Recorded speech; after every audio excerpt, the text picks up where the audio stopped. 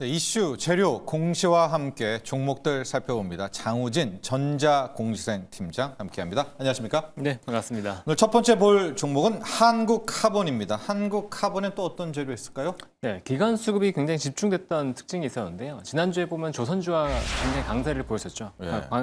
그 관련해서 한국카본도 기관의 수급이 집중됐다고 볼 수 있는데 한국카본은 동성 화이텍과 더불어서 LNG 캐리어 선박, LNG를 운반하는 선박의 보냉제를 만드는 회사로 굉장히 유명합니다. 근데 그렇죠. 한국카본은 동성 화이텍과의 차별점이 두 가지가 있는데 일단 하나를 보면 이 2차 보냉제라고 하죠. 2차 보냉제라고 SB라고 하는 트리플 X 제품이 있는데 이 제품은 전 세계에서 한국카본이 독점적으로 공급을 합니다. 그래서 동성 화이텍에도 한국카본이 공급하기 때문에 이 제품에 대한 마진이 굉장히 높다라는 게 동성 화이텍과의 첫 번째 차별점이고 예. 두 번째는 이 한국카본이 2023년에 화재가 있었습니다.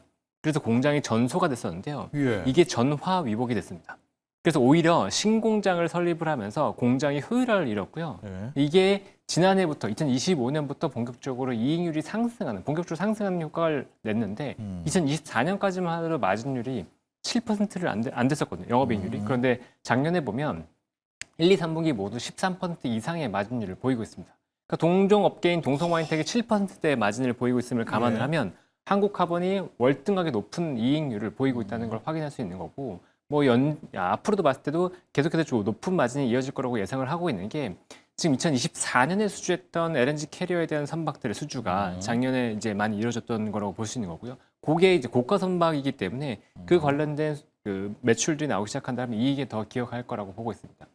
그리고 한국카본이나 동성화이텍에 더 집중하는 건 최근에 이제 LNG 캐리어 선박의 추가 수주 기대감이 나오고 있잖아요. 네. 보면 2029년까지 미국에서 LNG 터미널을 본격적으로 이제 짓기 시작하면 여기에 대해서 LNG 캐리어 선박이 한 110척 정도 필요한데 지금 2029년에 맞춰서 발주가 나온 게 한 20척, 30척밖에 안 되기 때문에 추가적으로 한 8, 90척 정도 수주가 나온다고 한다면 당연히 LNG 선박 관련된 기업들이 좋을 거고 LNG 선박 관련된 기업들이 좋으면 한국카본이나 동성 화이텍에도 더 주가가 좋을 거라고 예상을 하고 있습니다. 그래서 네. 지금은 조선이 전반적으로 나쁘지 않고 특히나 LNG 관련된 모멘텀이 좋기 때문에 한국카본이나 동성 화이텍의 기간이 수급이 집중이 됐고 추가적으로 상승할 수 있는 룸도 있지 않나라고 판단이 됩니다. 네.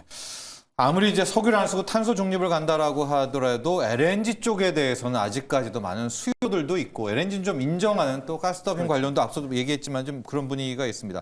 지금 보신 우리 시청자분들을 위해서 동선화인텍과 한국카본의 차이점 한 번 더 이야기를 해주시죠. 이게 같은 보냉제인데 다른 점이 있다고 아까 이야기해 주셨죠? 네, 그렇죠. 그러니까 동성 화이텍과 한국카본의 차이점을 보면 아까 말씀드렸지만 한국카본은 SB 트리플 X라고 해서 2차 보냉제가 있는데 2차 네. 보냉제를 전 세계 독점적으로 생산을 합니다. 2차 보냉제죠. 네, 2차 보냉제. 이 2차 보냉제는 지금 동성 화이텍으로도 한국카본이 공급을 하고 있기 때문에 이 관련된 부품의 마진이 굉장히 높다라는 게 특징적인데 이게 2023년, 2024년까지만 해도 그렇게 두드러지지 않았거든요. 근데 2025년에는 영업이익률이 상승하는 본격적인 효과가 나타나고 있다는 거고요.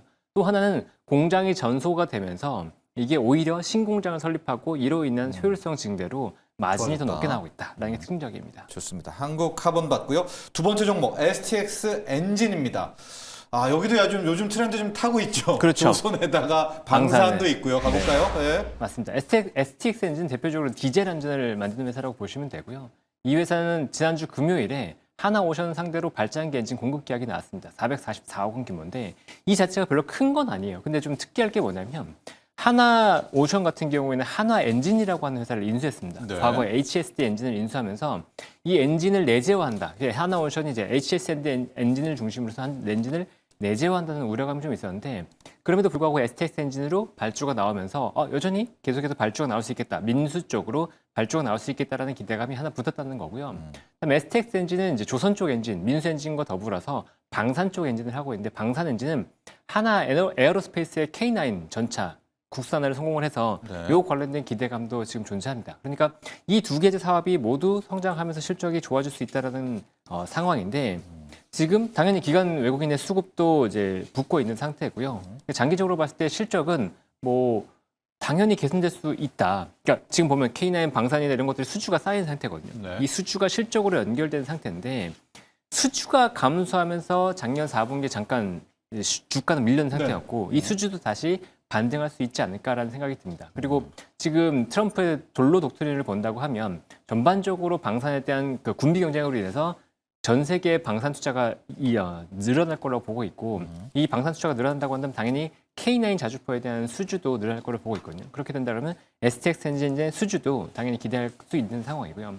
근데 STX는 STX 이름이 붙은 만큼 과거에 이제 구주종을 거쳤던 회사라고 볼 수 있고 지금 네. 최대 주주는 이 유암코거든요. 그러니까 구주조정하는 펀드이고 과거 이 회사가 87%까지 지분이 늘었었다가 지금은 61%까지 계속 축소했습니다. 그러니까 시간의 매도를 통해서 계속 지분을 축소하고 있는데 이거는 오버행으로 작용하면서 현재는 STX 엔진 지분을 누리고 주가를 누르고 있어요. 근데 잘 생각해 보면 이렇게 지분을 축소한다는 건 결국은 매각을 염두에 두고 있다. 네.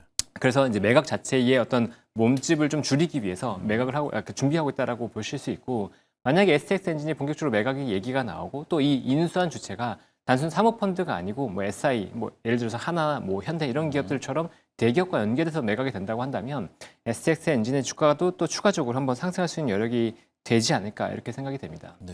STX 엔진 우리 장우진 팀장은 유암코 지분 매각을 그렇게 악재로는 안 보나 봅니다. 일단 소화는 오버행 됐습니다. 이슈인데. 네, 일단 지분은 크게 소화가 됐고 60%대까지 내려갔으니까 이게 물론 이제 50% 초반까지 내려갈 수 있겠지만 그렇죠. 여기서 추가적으로 뭐 엄청나게 더 매도할 것 같다 이런 느낌까지는 받지는 않고요.